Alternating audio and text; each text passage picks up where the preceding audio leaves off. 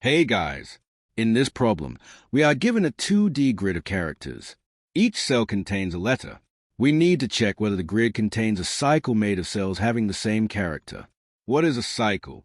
A cycle is a path that starts from one cell, moves through neighboring cells, uses only cells with the same character, and back at the starting cell is a path length of at least 4 cells allowed moves. From any cell, we can move in 4 directions only: up, down, left, right. Diagonal movement is not allowed. We can move to the next cell only if it has the same character as a current cell. Important rule: you cannot immediately go back to the cell you came from in the previous move. For example, 1, 1, 1, 2, 1, 1. This is not a valid cycle because you simply return to the last visited cell. That does not count as a real loop. What we need to return true if any valid cycle exists in the grid, return false if no cycle exists.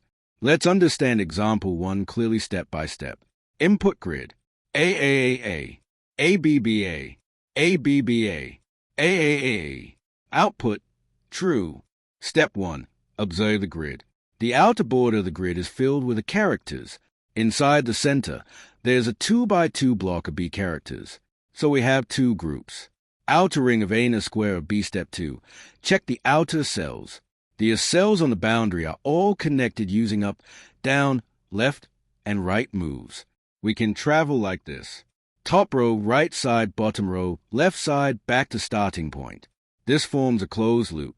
The path uses more than 4 cells and returns to the starting cell. So this is a valid cycle. Step 3. Check the inner B cells.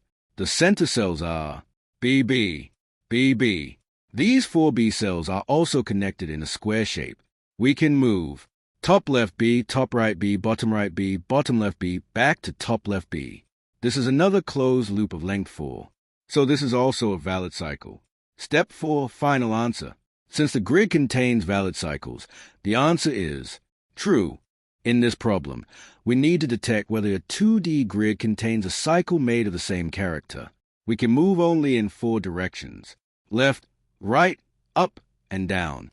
A cycle means we start from a cell, move through connected same-value cells, and come back to a previously visited cell using a valid path of length at least 4. Main idea: this solution uses depth-first search, also called DFS. We explore connected cells with the same character.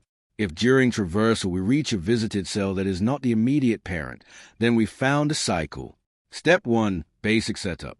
We first store row count equals number of rows, score count equals number of columns. Then we create a visited array. This keeps track of cells already explored. Instead of using a 2D visited matrix, we flatten coordinates into one index: row asterisk col count plus col. Step 2. DFS function.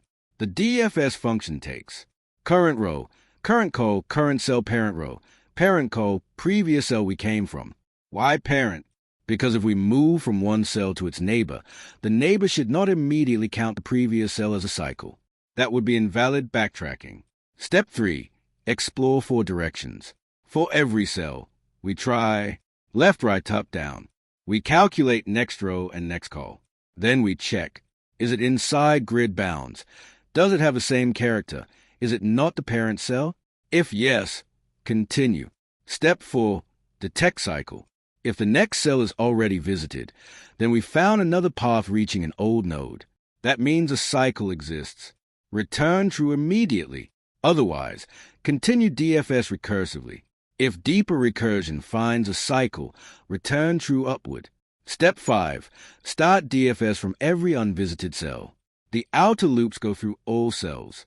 If a cell is not visited, we start DFS from there. This ensures every connected component is checked. Final result: if any DFS call finds a cycle, return true. If the full grid is processed without finding one, return false. Let's run the solution with a sample examples grid. We start DFS from the top left cell and visit all connected cells. During traversal, we reach an already visited cell that is not the parent cell. That confirms a valid cycle exists. So the output is true. We submit the code. The solution passes all test cases successfully using DFS cycle detection. That's it for this problem. If this explanation helped you, like the video, share it, and subscribe to the channel for more daily LeetCode solutions.